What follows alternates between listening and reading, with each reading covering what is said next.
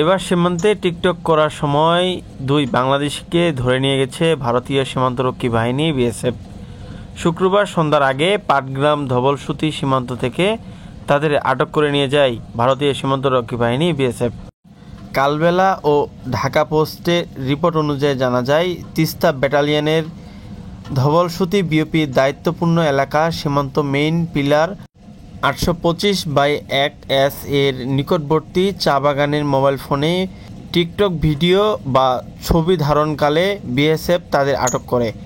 স্থানীয় জনগণ ধবলসুতি বিওপিকে অবহিত করলে দায়িত্বরত বিজিবি সদস্যরা প্রতিপক্ষ বিএসএফ ক্যাম্পের সঙ্গে যোগাযোগ করলে তারা ঘটনার সত্যতা স্বীকার করে জানায়, অবৈধভাবে ভারতে প্রবেশ করে তারা এই ভিডিও ধারণ করার কারণে তাদেরকে আটক করা হয়েছে।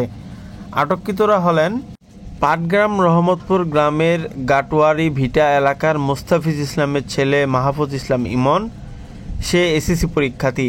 অপর আটক বগুড়া জেলার মহেস্থানগড় এলাকার বকুল ইউনিয়নের সাইফুল ইসলামের ছেলে মোহাম্মদ সাজিদুল ইসলাম। তারা দুজনেই সম্পর্কে মামা ভাগিনা হয়। কালবেলা নিউজ থেকে আরও জানা যায়, আটকদের হস্তান্তরের ব্যাপারে ব্যাটালিয়ন পর্যায়ে যোগাযোগ করা হয়েছে। এছাড়াও রংপুর সেক্টর কমান্ডার কর্তৃক দায়িত্বপূর্ণ বিএসএফ জলপাইগুড়ি সেক্টর কমান্ডের সঙ্গে যোগাযোগ করা হয়েছে। রংপুর সেক্টর কমান্ডারের অনুরোধে আটককৃতদের ফেরত পাঠানোর কার্যক্রম শুরু হয়েছে। তাদের ফেরত আনার উদ্দেশ্যে রাতেই পতাকা বৈঠক আহ্বান করা হয়েছে।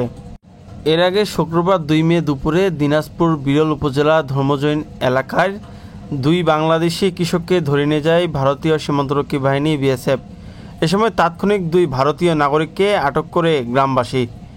এরপর শুক্রবার রাত 8টায় দিনাজপুরের বিরল সীমান্তে পতাকা বৈঠকের মাধ্যমে দুই বাংলাদেশিকে হস্তান্তর করে ভারতীয় সীমান্তরক্ষী বাহিনী বিএসএফ। বিনিময়ে ভারতীয় দুই নাগরিককে কর্তৃপক্ষের হাতে তুলে দিয়েছে বর্ডার গার্ড বাংলাদেশ বিজিবি।